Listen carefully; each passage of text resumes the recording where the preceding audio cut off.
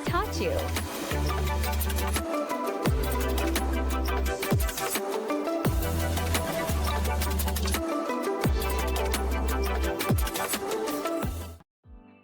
こんにちは、たつまるです。今日は新しい攻略動画を持ってきました。今回の動画はこれから T12 が導入される人、今まさに導入された人両方に関係のある動画です。知らないままだと大損してしまう危険なポイントを回避するためにも最後までご覧ください。またメンバーシップでは個別の育成相談、プレゼント企画を実施します。ぜひご参加ください。攻略動画も見逃さないためにチャンネル登録よろしくね。最新攻略グループも絶賛稼働中です。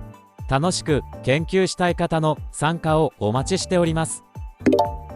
今回の動画ははじめに兵士の優先順位、これから来る人の準備ポイント、危険な注意点の順で紹介・解説していきます。まずはじめに兵士の本質と T12 について簡単におさらいしますね。英雄や追加ステータスではなく基礎を担うのは兵士です。バフはこの兵士の基礎値に対してパーセンテージでかかるため超重要コンテンツといったわけですね。世代が進みバフが2000、3000と増えることで数万単位の差が生まれてしまいます。わかったよ。つまり T12 のステータス強いから解放すればいいんだね。半分は正解だね。 T12 はこれに加え最大8名まで特殊兵種スキルが発動し重複するんだ。まずは縦 T12 スキルとなります。開幕5ターンですが敵全体のよだめを低下してくれます。特に強力なのがこれが8名まで重複することですね。縦の T12 スキルはどの編成でも安定して強力な効果を発揮してくれる点にありますね。次は T12 槍兵スキルを説明します。こちらも開幕5ターンの間効果のあるスキルです。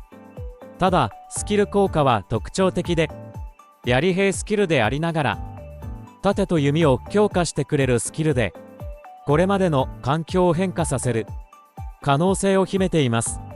505といった盾弓編成でも少量の槍兵を混ぜるべきかもといったところです。最後は T12 弓兵スキルです。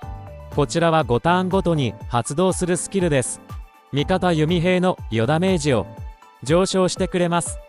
弓兵を長く生存させる編成や比率調整が必要で使いこなすのが難しいスキルの印象です。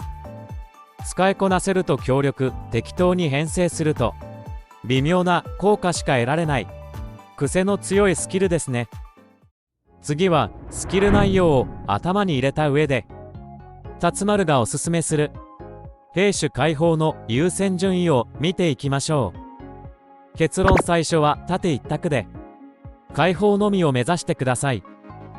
縦兵は環境に依存せず戦闘の勝敗を左右する最も耐久力を持っている兵士だからですね。次の兵士からは集結リーダーなのかそれとも参加者なのかで変わってきます。集結リーダーたちも環境は考慮しますが自分の育成方針に合わせることも重要です。これはあくまでもサーバー貢献を第一とした考え方ですが参加者クラスは自身にではなく環境をより考慮した選択が重要となってきます。その上で自身が解放できる時期の環境に合わせることが重要です。動画アップ時点での多少獲得状況では理科金で13世代までの弓が強力な時期の解放は困難と言えます。ですので自然と14世代以降の終結・駐屯両方で多用する槍の T12 開放を強く推奨します。次は具体的なおすすめ開放順をいくつか紹介しますね。まずは無課金から微課金の多くのプレイヤー向けです。FC10T11 が3兵種間に合わずに T12 が導入された場合です。焦らずまずは T11 の全種開放を優先してください。歌唱レベルと戦争学園 T12 にはそれぞれ大量の精錬歌唱が必要です。無理なペースアップは最終的な開発時期も遅らせることになります。特に重要なのは次の T11 開放後の資源消費強化をストップしておくことです。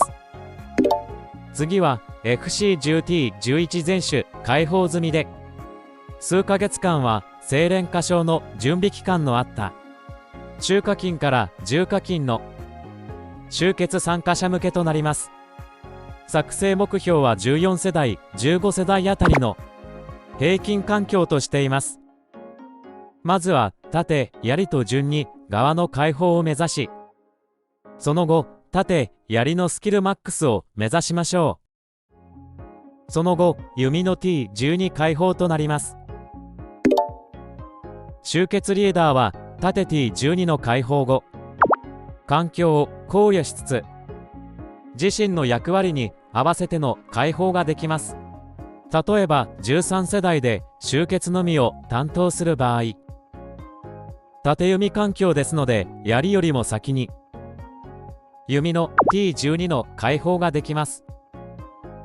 その後 T12 を全種開放し、スキルレベルマックスを目指す育成順になります。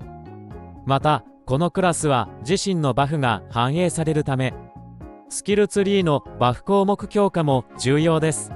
このあたりは次回の動画で詳しく説明します。次はこれから導入されるプレイヤーが開放までに準備しておきたい項目を紹介します。1つ目は FC10T11 開放後も精錬歌唱を作り続けることです。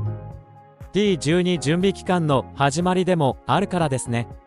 中課金クラスは週始め20回あたりを目安にし、半年かけて T12 全種開放分の資源を貯めることは可能ですね。また終結リーダーであれば週始め60回変換し、 T12 の全種スキルレベルまでマックスを目標にやってみるといいでしょう。精錬は急ぐほど損をするので、皆さん自身の目標や歌唱の獲得量と相談しながら変換しましょう。その上で期待値などおさらいしたい方はこちらの動画を参考にしてくださいね。2つ目は現最強歌唱パックの生徒の秘宝を継続購入することです。精錬歌唱を最も安価で獲得できる方法の一つです。微課金クラスが中途半端に様々なパックに手をつけるぐらいなら、このパックを購入し兵士レベル中心に強化してみてはどうでしょう。ただ大きな注意点もあり、14世代ではご覧の通り獲得できますが、若いサーバーでは精錬歌唱を含んでいません。購入するときは注意してくださいね。3つ目は T11 の資源消費量減少についてです。結論から言いますと、現状かなり影響力が少ないため、多くのプレイヤーに開発はおすすめできません。訓練時の資源消費量減少のみとなっています。ただ課金度合いによってある程度は変わってきます。微課金クラスはそもそも歌唱に余裕がないのでスルー推奨です。ただ中課金クラスは T11 を運用するために強化することも必要です。重課金に関しては運用期間がかなり長いため、開放しても問題ありません。最後にその他注意点を紹介します。それは T11 の開発手順とは別物な点にあります。これまでの研究では、開発をタップ〇〇日後完成というものでした。しかし今回の T12 は、なんとワンタップで即完成します。領主装備の開発手順に近しいものがありますね。5タップで間違えて開発した人も、続出のため気をつけてくださいね。まとめに入ります。T12 はスキルが超重要です。これまでの遠征戦闘では美課金と大差がなかった中課金たちにも活躍の機会が増えました。その上で参加者が目指すのは、自分の育成に合わせるよりも開発時期の環境、つまりは槍が強いのか弓が強いのかを判断して開発することが活躍の近道になるわけですね。T11 開発の終わりは T12 の準備期間の始まりでもあります。辰丸世代は開放時期も導入すらも未確定でしたが、今後導入される皆さんには明確な指針があります。計画的に強化していきましょう。辰丸の動画を見てくれてありがとう。この動画がいいと思ったらグッドボタン、コメント、チャンネル登録よろしくね。またね。